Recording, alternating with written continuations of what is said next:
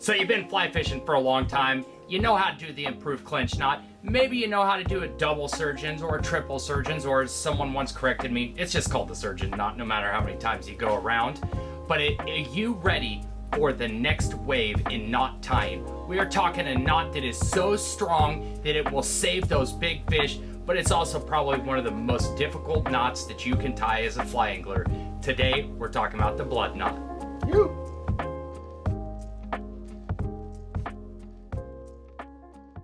All right, we have got two lines of similar diameter, and we need to attach some tippet, say we're tying on the dropper, and we want to do it a little more professional than just a surgeon's knot.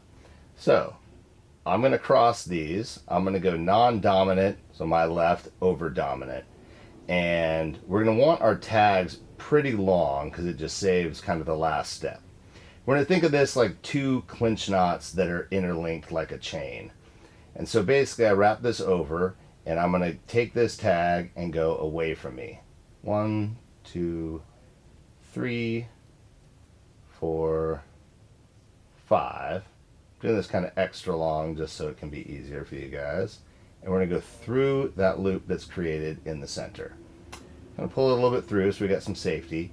Then I'm going to transfer this to my thumb and index finger of my dominant hand, making sure to pinch so I can have a little room for a loop on this side. And then we're going to make our twist the other way. On that side we're going forwards. This one I'm going to go back towards me. 3, 4, 5. And it's very important to come back through that loop in the opposite way. So I went through away from me the first time. I will go towards me on the second, and Dacron is harder than tippet. I'm just going to pull this tag through to where we got some room. You kind of weasel it down and pull the main lines till you get to there, and you just slowly pull and watch how nice this comes out. Now if you do it right, and they are at different directions, both of these tags will be popping out, one on the top, one on the bottom, or horizontally, but different directions.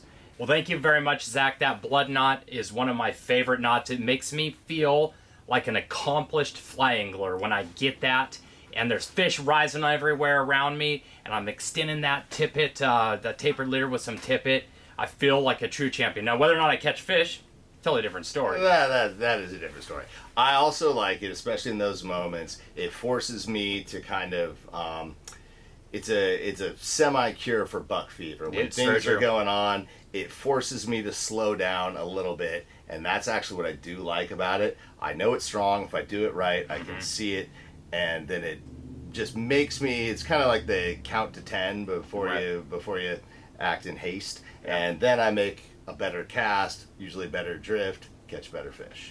Now, I know I've read a lot on this particular knot, and I practice it very much like you did with some thicker material. So those of you who are watching, this is definitely not a knot to try and tie on super small, fine tippet.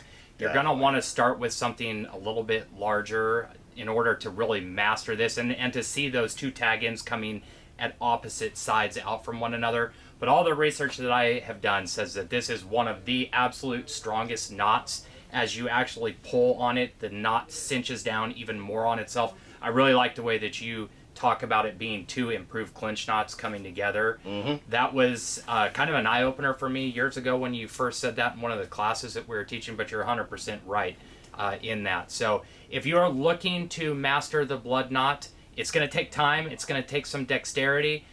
You only have two hands, and so when I'm tying this knot, I'm often using my mouth. I use my mouth every knot. Yeah. Your mouth's your third hand. Your mouth is your third hand. So don't be afraid to get your mouth involved, because this knot really is a challenging knot, but it is a super successful knot for fishing. And we really appreciate you tuning in to another episode of Fly Fishing Unfiltered, where we are here to make fly fishing more fun, easier to understand, and accessible to all.